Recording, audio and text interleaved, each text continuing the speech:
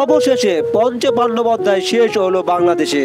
আরো এক তারকা ক্রিকেটারকে হারাতে যাচ্ছে বাংলাদেশ। তো দর্শক, বিস্তারিত থাকছে পুরো ভিডিওতে।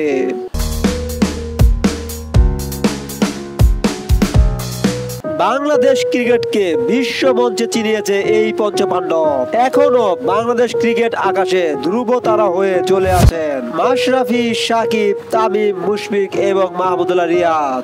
এই 5 ক্রিকেটার দীর্ঘদিন বাংলাদেশ দলে পারফরমেন্স করে বিশ্ব ক্রিকেটে উন্নীত করায় এই 5 জনকে পঞ্চপাণ্ডব বলা হয়েছিল। কিন্তু একে একে মাশরাফি, তামিম এবং মুশফিকের বিদায়ের পর ছিলেন শুধু সাকিব এবং মাহমুদুল্লাহ রিয়াদ। বর্তমানে ভারতে টি-20 সিরিজের আগে সাকিব অবসর নিয়ে চলে যান। এরপর রইল শুধু মাহমুদুল্লাহ রিয়াদ। সবাইকে হতবাক করে আজ মাহমুদুল্লাহ রিয়াদও অবসর ঘোষণা দেন। আর তাতে শেষ হয়ে যায় পঞ্চপাণ্ডব অধ্যায়। একসাথে এই পঞ্চপাণ্ডব দীর্ঘদিন ধরে দেশকে অনেক কিছু দিয়েছেন।